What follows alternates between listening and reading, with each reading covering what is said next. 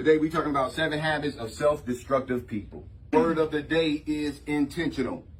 Intentional is something that's done on purpose, something that's deliberate. You got to start being intentional with your actions, with your movements, man, with the things you do. When you go to bed at night, you need to be intentional.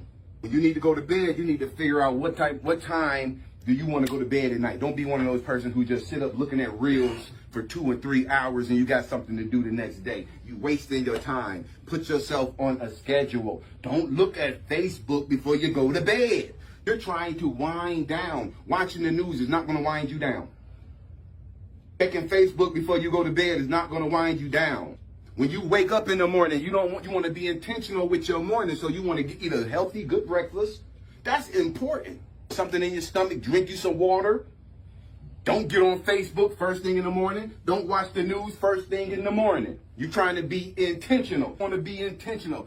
Done on purpose. It's deliberate. Saying of the day, when they can't control or manipulate you, they smear you. If they can't control or manipulate you, they're going to go around talking about you. You all right, bro? Yeah. Okay. Definitely.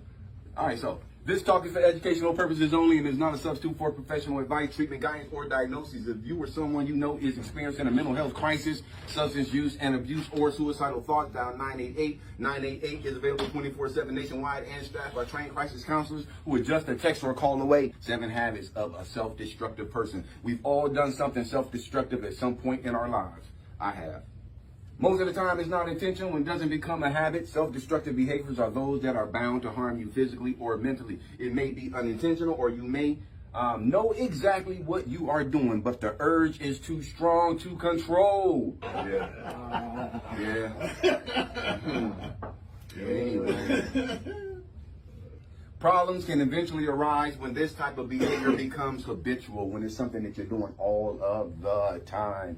All of the time when these behaviors become habitual. So, 7 habits of a self-destructive person. Number 1, you have a self-defeating mindset.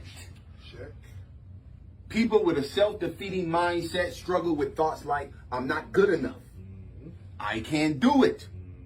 Or I will never be successful. Even when they're in the midst of success. They're waiting for somebody to pull the rug from up under them. It can't last. It won't happen for me like this. Something bad has to happen. Keep telling yourself, and you're going to attract that right into your life. Because it's your most dominant thought. The law of attraction. It brings into our lives the things that are associated with our most dominant thoughts. You have a self-defeating mindset. People with a self-defeating mindset struggle with thoughts like, I'm not good enough, I can't do it, or I will never be successful. Do these thoughts haunt you before heading into a good situation? Think about that. You're heading into a good situation. Do these thoughts haunt you? You get an opportunity. Do these thoughts haunt you? Come on, here we go. A self-defeating mindset is when you have a constant stream of negative thoughts about yourself or your relationship with others, and rumination, which means you're thinking on negative thoughts constantly. And rumination negatively impacts your self-esteem. A self-defeating mindset can become a self-destructive habit because it does not allow you to be the best version of yourself and is caused by no one other than you. 7 habits of a self-destructive person. Number 2, you stuff your emotions. When we are hiding from our emotions, we fail to acknowledge both our positive and our negative emotions. You know how somebody say grin and bear it? That's BS.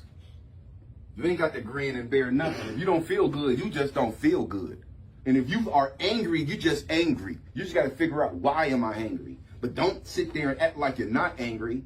Or don't sit around and be depressed and like saying, before you go into work, let me get myself together before I go into work. And then you go into, hey, hi everybody, how y'all doing? And that is not you, and that's not how you feel. There's nothing wrong with going to your job and saying, look, I'm dealing with something right now. When we are hiding from our emotions, we fail to acknowledge both our positive and negative emotions. This results in a forced deception of our emotional state, leading to both physical and mental health issues that create additional stress on our bodies. You are at risk of having an outburst of emotions. This is all most likely due to deep emotional scarring, like dealing with the death of a loved one. You feel like it's better to not feel anything. You're feeling numb, so you feel like it's better to not feel anything to relieve the pain of grief. Over time, the emotions we stuff start to build up and can be much more harmful when they burst to the surface during a meltdown. So people who usually stuff their emotions, what's coming, what's in their future is a meltdown. And that meltdown could be life or death. 7 habits of a self-destructive person. Number 3, you refuse to take action. People who refuse to take action may overindulge in playing video games instead of finding a much needed job. You ever seen somebody, they play video games and they act like that's their job? But they don't have a real job. People who refuse to take action may overindulge in playing video games instead of finding a much needed job. They feel like things just aren't worth trying for in the first place. When we fail to take action, you're setting yourself up for failure before you even get started. You might cost yourself relationships, jobs, and other opportunities that require you to take some risk. This kind of behavior can be a very difficult habit to overcome and prevents you from future attempts at being successful in your goals. 7, and the reason why it prevents you from future accomplishments as it relates to goals is because in order to be successful, you got to start small with a small goal. It's like a snowball. When you haven't had any success in a while, everything has been negative, you need one little bitty success, like go and get your ID. See, but what happens is that little bitty goal, that one little bitty accomplishment, lifts your self-esteem a little. And then you go out and you accomplish another goal. And it lifts you up a little bit more. Then you say to yourself, you know what, I can go after some bigger goals. That's how it happens. 7 habits of a self-destructive person. Number 4, you hold on to forced incompetence. Man, I can't learn names. I'm bad at names. As long as I keep saying I'm bad at remembering names, I'm going to be bad at remembering names. People like this sell themselves short when they tell themselves, I'm not good at math. But if you tell yourself I'm not good at math, you're not going to be good at math. And you're not going to try to even learn it. I'm not good at math. I can't remember names. I'm having a dumb blonde moment. Forced incompetence is a mindset where you won't try to learn and practice if you believe that you don't have a natural talent for it. If you already think you're not good at it, you're not going to try to learn it. So if I keep saying that I'm not good at names, guess what? When I see somebody, I'm going to try to keep talking to you until I remember your name. Or hopefully you're going to bring up your name.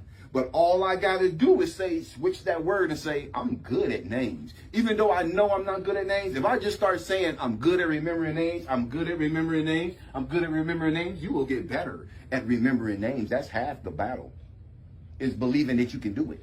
Forced incompetence is a mindset where you won't try to learn and practice if you believe that you don't have a natural talent for it. This thinking can also be a coping mechanism if you aren't confident in your own abilities. This thinking can also be a coping mechanism if you aren't confident in your own abilities. Unfortunately, this mindset can only set you up for failure and keep you from trying new things and broadening your horizon. So this type of mindset, this forced incompetence, keep you on a hamster wheel. 7 habits of a self-destructive person. Number 5, you socially isolate. Yeah, you socially isolate. When we socially isolate, our friends and family no longer want to talk to us. Maybe they don't reach out to you anymore because you simply ignored all their texts, calls, and invitations to hang out. Isolating yourself from friends and family can be an active or subconscious choice. You might think that you're doing the world a favor, figuring everyone would just be better off if I just stay away. And that's not the truth, because there are some people who love you regardless of what you're telling yourself. In reality, all you are doing is harming yourself and the people close to you by damaging your important relationships and feeding depression and anxiety for yourself. 7 habits of a highly destructive person. Number 6, you are unnecessarily self-sacrificial. You sacrifice yourself for other people because you like to make friends. You are unnecessarily self-sacrificial. People like this are too focused on making others happy that they forget to create their own happiness. Ooh.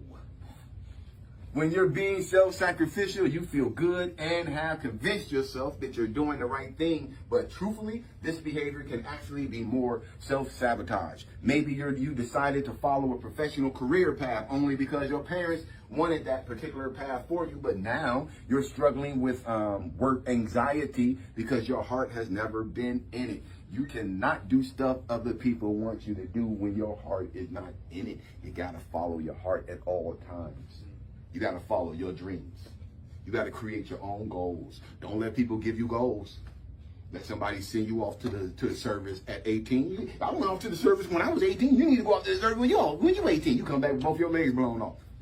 7 habits of a self-destructive person, and the final one, number 7, you abuse alcohol and drugs. Who was the person who said alcohol and drugs? There you go, bro. Yeah, you called that one. You talked that one up. Abusing the use of alcohol and drugs is much more evident in people who are not happy. Because people who are naturally happy, they don't need alcohol and drugs to compensate for not being so. See, because a lot of people, it's a false sense of happiness when they're getting drunk.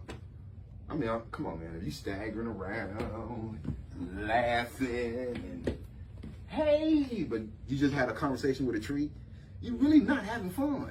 Do y'all think that's fun? No. There's the old joke, them pastors get drunk. Like a lot of them Catholics, they get twisted on that. Who? The pastors. All right, well, I'm going to tell you like this, bro. If you ain't never hugged a stranger's toilet. Whoa.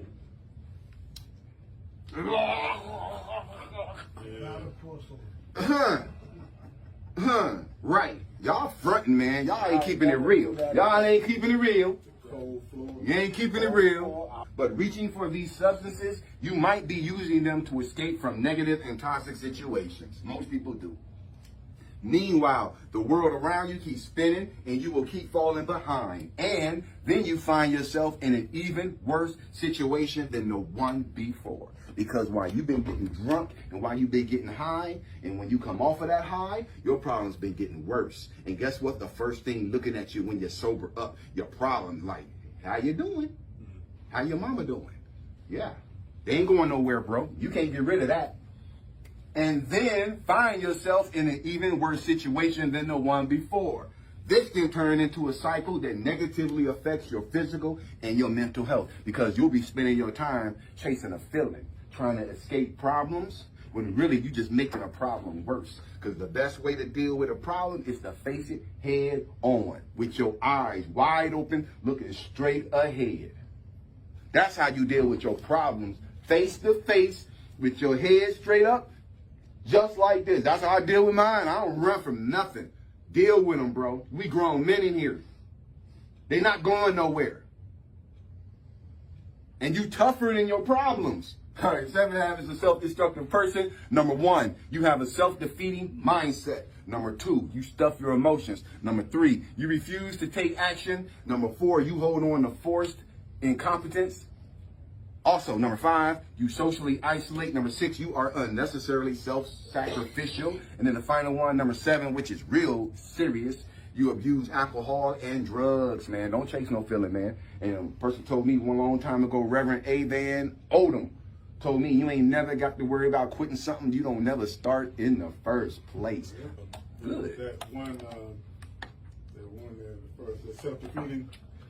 That's that cocktail I was talking about the other day, where you get no self-esteem or no self-esteem, depression, and then you bring on that hopelessness. That's a nasty cocktail, and I've had to deal with that. Oh yeah, that's like a step away from suicide. Damn it, it's down as self. Yeah, you talking about hopeless? You said low self-esteem. What was the third one? Depression. Because you got low self-esteem. I didn't realize it because I thought low self-esteem, was being hopelessness, humble. and depression. Comes in, so I'll finish by saying that's when you have those thoughts about well, you're just gonna die anyway. Right. So what's the use of even trying? What's the point of anything? Right. We're all gonna die. Right. But see, look at it like this. That's a good point. Because when he first came in, his attitude was horrible, and he could have kept that same attitude, like we all gonna die. And here goes this man stacking money in the bank, job, turn his life around. Fresh thought about life. That's the man. Perspective has changed about life. Come on, man. Now, can you say to yourself, with all of that happened in your life, can you really say now that what's the use? No, that's not me.